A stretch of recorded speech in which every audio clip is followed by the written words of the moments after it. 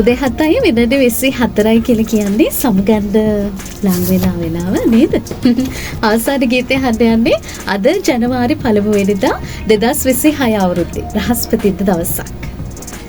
අයිබෝන් සෙත් නිමා කරන්න කලින් රෝමිගේ ප්‍රකාශ කීපයක් බෙදා ගන්න යන්නේ. හරිද?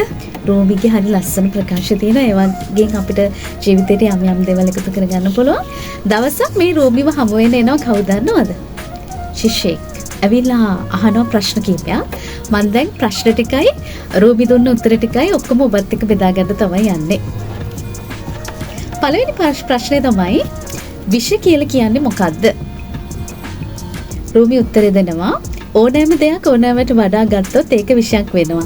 බලය වෙන්න පුළුවන්, ධනය වෙන්න පුළුවන්, මමත්වය වෙන්න පුළුවන්, කෑදරකම වෙන්න පුළුවන්, ආදරය වෙන්න පුළුවන්, බලාපොරොත්තු වෙන්න පුළුවන්. මේ ඕනෑම දෙයක් වෛරය වෙන්න පුළුවන්, විෂයක් වෙනවා ඕනෑමට වැඩි ගත්තොත්. උදාහරණයක් විදිහට අපි ආහාර ගමුකෝ. ආහාර ඕනෑමට වැඩි කෑවොත් මොකද වෙන්නේ? ඉක්මනට අපිට ලෙඩ හැදෙන්න පුළුවන්. ඊළඟට අපි ආහාර කියන දේ සමබර විදිහට ගත්තේ නැත්නම් අපේ ශරීර සෞඛ්‍යයට යහපත් විදිහට ගත්තේ නැත්නම් ඒක විෂ වෙන්න පුළුවන්. ඕනම දෙයක් එහෙම තමයි ඕනට වැඩිය ගත්තොත් විෂක් වෙනවා කියලා රෝමි කියනවා. ඊළඟට බිය කියන්නේ මොකක්ද අනේ කියලා අර ශිෂ්‍යයා අහනවා දෙවෙනි ප්‍රශ්න විදිහට. ඒකට උත්තරේ තමයි අවිනිශ්චිතතාවයන් පිළිගන්නේ නැතිකම. කිසියම් කෙනෙක් අවිනිශ්චිතතාවය පිළිගන්නවා නම් එය වික්‍රමයක් හෝ අභියෝගයක් වෙනවා කියලා රෝමි කියනවා. ඒ කියන්නේ මේ ලෝකේ වෙනස් වෙන්න පුළුවන් කියන එක අවිනිශ්චිතයි කියන එක පිළිගැනීම වැදගත් කියන එක.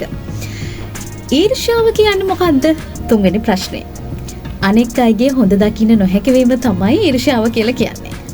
හැබැයි ඔබට අනිත් අයගේ හොඳ දකින්න පුළුවන් නම් ඒ හරහා දැවැන්ත අභිප්‍රේරණයක් සහ දැවැන්ත පෙළඹවීමක් අපි තුලම ඇති වෙනවා. හරිද? ඒ නිසා අනිත් අයගේ හොඳ දකින්න පුරුදු වෙමු නරක වෙනුවට. ඊළඟට තරහ කියන්නේ මොකක්ද කියන එක තමයි ඊළඟ ප්‍රශ්නේ. අපේ පාලනයෙන් පිට දේවල් පිළිගන්න බැරිකම.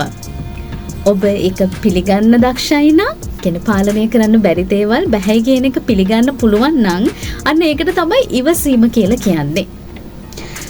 ඊළඟට අවසාන දේ. වෛරය කියලා කියන්නේ මොකක්ද? මේක තමයි අන්තිම ප්‍රශ්නේ. හරිද?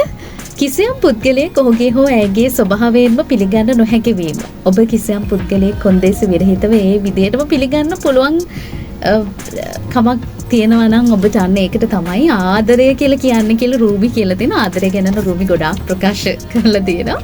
ඒව දැන් කතා කරන්න යන්නේ නැහැ. දැන් වෙලාවත් ගත වෙලා තියෙනවා. ඉතින් කොහොම හරි කෙනෙක් ඉන්න විදිහටම පිළිගන්න පුළුවන් නම් කෙනෙක්ගේ හොඳ වගේම නරකක් තියෙනවා කියන එක පිළිගන්න පුළුවන් නම් කෙනෙක් වෙනස් කියන එක අනිත් කෙනාට වැඩි පිළිගන්න පුළුවන් නම් ඒක තමයි ආදරය කියලා කියන්නේ කියලා කියනවා රෝමි. හරිද? එහෙනම් ඉතින් මේ අදහස් ටිකත් එක්ක මම සමගන්න යන්නේ අයිබෝන් සෙතුලින් අද ආරම්භක සටහනෙන් කියපු කවිය. ඊයේ උණු වැරදි අදායත් නොකර හෙටකුත් ඇතැයි යන මග සිහි කර නිතර සැලස්මක් ඇතිව වැඩ කළහොත් මිතුර දවස් 365 වෙයි සුබ වසර. අතීතේ වැරදි වෙන්න පුළුවන්. ඒ වැරදි ටික එහෙම්ම අරන් එන්න නැතුව මේ අවුරුද්දට ඒ වගේම පාඩම් ඉගෙනගෙන මේ අවුරුද්ද හදා ගන්න ඕනේ. හරිද? ඊළඟට අනාගතය වෙනුවෙන් සැලස්මක් ඇතුව වැඩ කරන්න පුළුවන් නම් හෙටක් තියනවා කියන එක හිතාගෙන අනාගතය වෙනුවෙන් වර්තමානයේ වැඩ කරන එක තමයි කරන්න ඕනේ. ඉතින් අන්න එහෙම කරන්න පුළුවන් නම් සැලස්මක් ඇතිව අද විතරක් නෙමෙයි 2026 අවුරුද්දේ පළමුවෙනි දවසේ විතරක් නෙමෙයි මුළු අවුරුද්දම සාර්ථක කරගන්න පුළුවන්. හරිද? එහෙනම් ඒ විදිහට මේ අවුරුද්දම සතුටින් ගෙවන්න ඔබට හැකි වේවා. සියලු බලාපොරොත්තු යහපත් විදිහට ඉටුවන වාසනාවන්ත නිරෝගී සබාදහමේ ආශිර්වාදයේ සපිරි අලුත් අවුරුද්දක් වේවා. උදවුණු 2026 අවුරුද්දේ ප්‍රාර්ථනාවත් එක්ක සමගන්න ආසර දෙන්න හැමදෙනාටම ජයග්‍රාහී දවසක් ලස්සන අනාගතයක් ප්‍රාර්ථනා කරනවා. මම නිසංසලා සමරතුංග.